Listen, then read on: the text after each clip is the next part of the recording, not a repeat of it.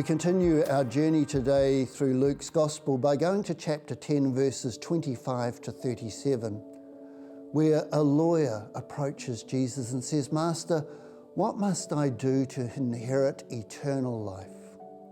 And Jesus invites you and I to take a journey with the lawyer, a journey from Jerusalem down to Jericho.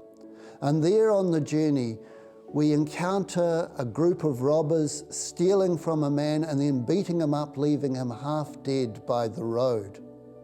They felt entitled to steal from this man. They felt entitled to beat him up.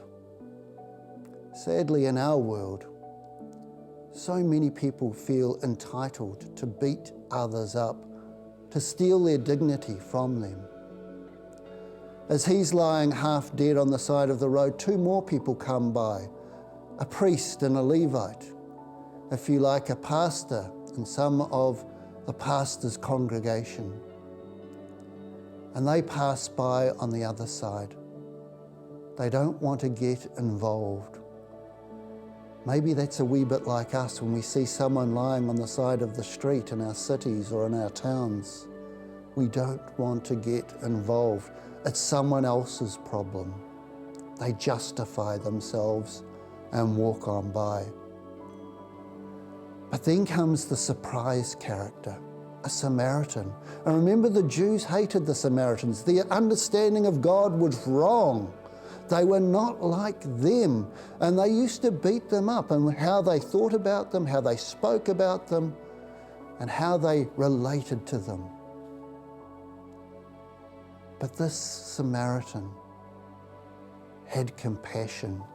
He was moved by what he saw, and he picked up the man and looked after him. Which of these three men was a neighbour to the man who was lying on the road, Jesus asked? The one who had compassion, the lawyer said. The one who had mercy.